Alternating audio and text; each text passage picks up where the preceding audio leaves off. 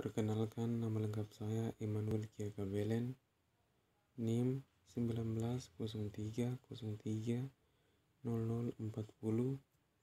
kelas A, semester 6, review buku pertama.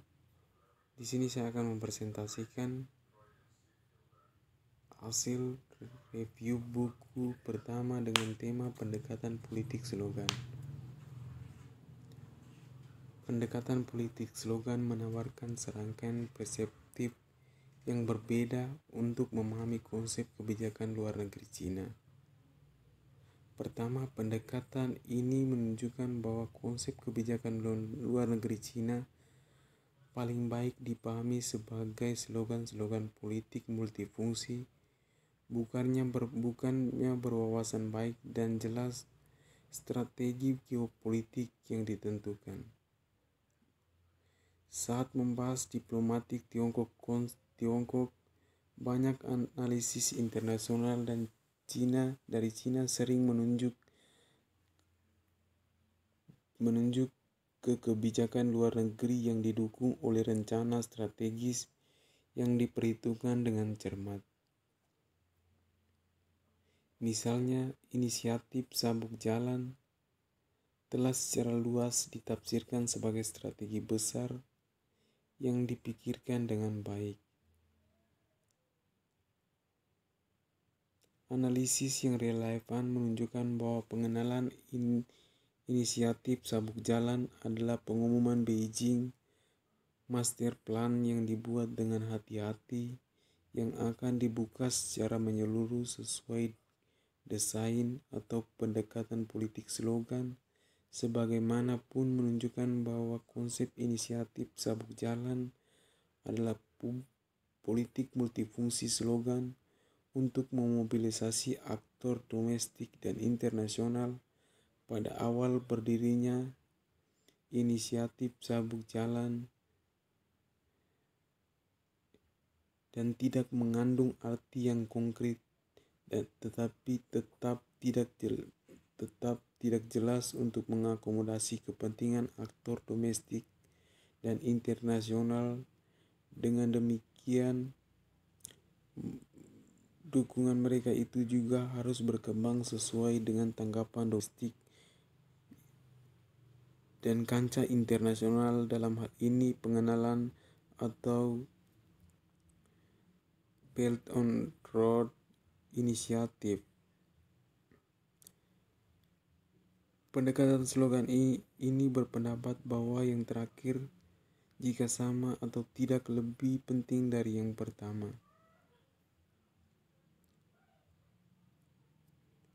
Pemerintah pemimpin puncak mengharapkan tanggapan aktif dan partisipasi dari aktor lokal untuk mewujudkan ide-idenya.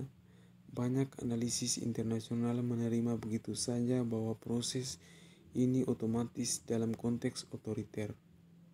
Namun kenyataan tidak sesederhana itu. Seperti apa, sejauh mana gagasan itu akan diterima di dalam negeri tergantung pada hubungan kekuasaan antara pengirim pesan dan penerima. Saat menghadapi kebijakan slogan-slogan dari pemimpin yang lemah dan tidak menguntungkan, misalnya aktor lokal dapat memilih untuk mengabaikan slogan di atas.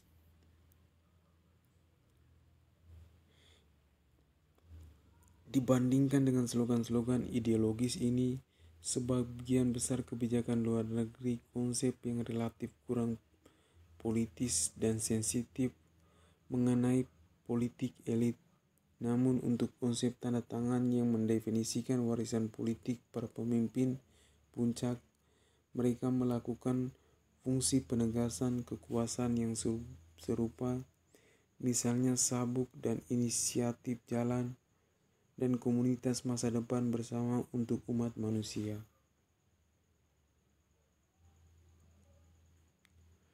Pendekatan politik slogan bagaimanapun menafsirkan seperti itu secara nasional.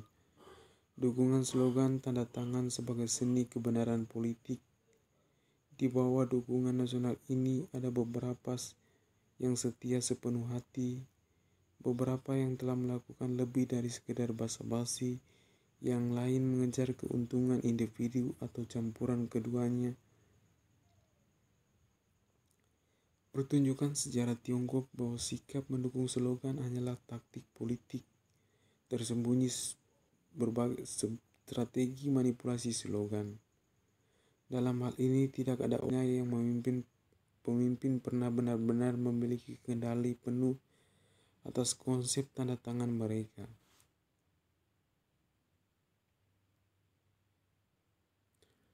Argumen serupa dibuat oleh pakar regional Cina lainnya. Dengan demikian, diskusi yang relevan menghasilkan daftar panjang negara untuk dimasukkan dalam konsep ini.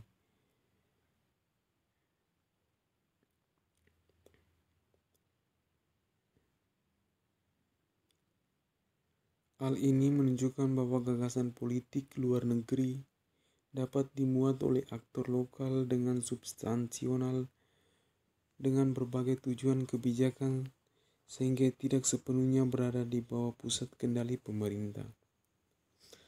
Peran aktor lokal dan substansional dalam pembuatan kebijakan luar negeri Cina sering diabaikan oleh literatur politik internasional karena yang terakhir menganggap Cina sebagai etnis politik monolitik tunggal di mana ada sistem terpadu dan sangat terpusat untuk Beijing memobilisasi untuk mencapai tujuan yang ditetapkan secara ciri fragmentasi dan desentralisasi.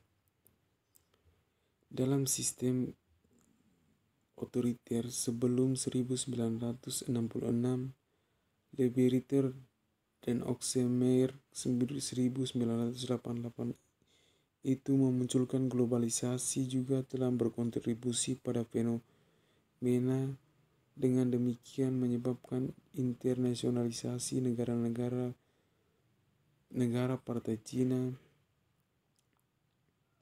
dikendalikan oleh segelintir elit papan atas di Beijing.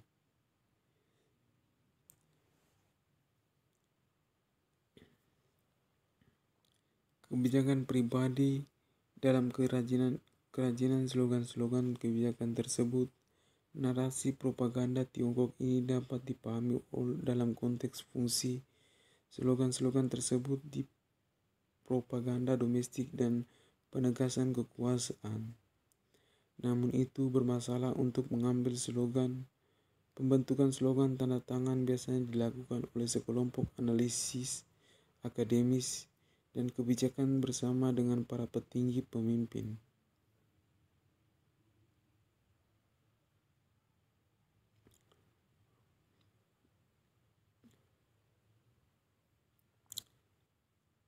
Terkait dengan poin di atas, domestik tersebut konsep kebijakan luar negeri Cina menyoroti pemahaman narasi strategis Cina di panggung global, yaitu internasional konsumsi konsep kebijakan luar negeri Cina seperti semboyan politik. Pendekatan ini menunjukkan ketika sebuah konsep kebijakan baru diajukan, seringkali akan merangsang diskusi kebijakan, dengan demikian menghasilkan berbagai persaingan narasi Cina yang seringkali tidak konsisten, ambigu dan bertentangan dengan diri sendiri. Beberapa aktor politik Tiongkok juga sengaja memanfaatkan sumber daya mereka untuk secara selektif sulit untuk dipalsukan narasi kebijakan luar negeri yang lebih kohen. Dengan demikian merusak komunikasi konsep kebijakan luar negeri Cina di panggung global.